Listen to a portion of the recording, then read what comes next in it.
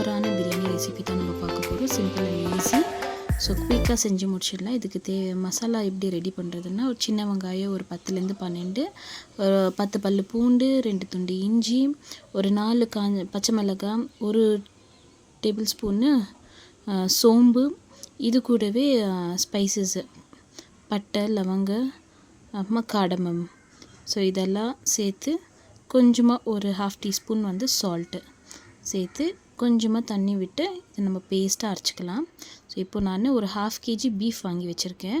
இது மட்டனில் கூட நீங்கள் பண்ணலாம். ஸோ இன்றைக்கி நான் பீஃபில் பண்ணுறேன். அரைச்சி வச்ச மசாலா ப்ளஸ்ஸு கேர்டு, ஒரு 3 டேபிள் ஸ்பூனு கேர்டு நான் போட்டு இது நல்லா மிக்ஸ் பண்ணி மேரினேட் பண்ணுறேன் இப்போ நான். ஸோ இது 1 hour ரெஸ்டிங் டைம் கொடுக்கணும் இதுக்கு நம்ம. ஸோ 1 hour ரெஸ்டிங் டைம் கொடுத்து நல்லா டேஸ்டியான ஒரு பிரியாணி உங்களுக்கு கிடைக்கும். ஸோ இப்போ நம்ம எப்படி பண்ணுறதுன்னு பார்க்கலாம்.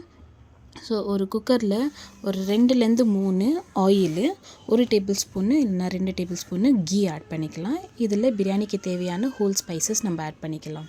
ஸோ இது நல்ல அரோமா ஸ்மெல் போகிற மட்டும் ரோஸ்ட் பண்ணிக்கின்னு இப்போது ஒரு 4லேருந்து 5 ஆனியனு, மெயின் இதுக்கு தேவை ஆனியனு நல்லா ஸ்லைஸாக கட் பண்ணிட்டு இதில் சேர்த்துக்கலாம். இது கூடவே ஒரு 3 பச்சை மிளகாய் ஸ்லிட் பண்ணி சேர்த்துக்கிறேன் நான். ஸோ இது நல்லா பிங்கிஷ் கலரில் ஆனணும்.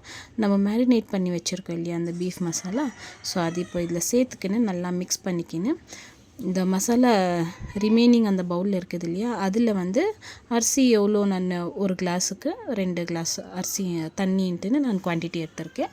ஸோ இது நான் வந்து ஒரு 4லேருந்து 5 பேர் சாப்பிட்ற மாதிரி நான் ரேஷியோ எடுத்திருக்கேன் நான்.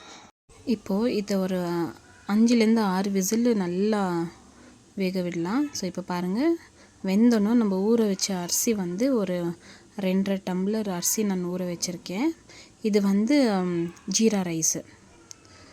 ஸோ இது நல்லா ஊறணும் இந்த கறியில் சேர்த்துட்டு இது மேலே நான் புதினா குட்டி குட்டியாக சாப் பண்ணி அதில் சேர்த்து ஒரு தம்மில் ஒரு 10 மினிட்ஸ் நான் விட்டுருக்கேன். விசில் எதுவும் இல்லை, ஒரு தம்மில் 10 மினிட்ஸ் நான் விட்டேன். இப்படி பாருங்கள் எவ்வளோ அழகாக உதிரியாக வெள்ளை கலரில் பிரியாணி வந்திருக்கு. ஸோ இதுக்கு நான் எந்த மசாலா பவுடர்ஸோ எதுவுமே ஆட் பண்ணல, நான் தக்காளி கூட ஆட் பண்ணல. ஸோ இது சூப்பரான பாய் பிரியாணி, வெள்ளை கலர் பீஃப் பிரியாணி ரெடி ஆயிடுச்சு.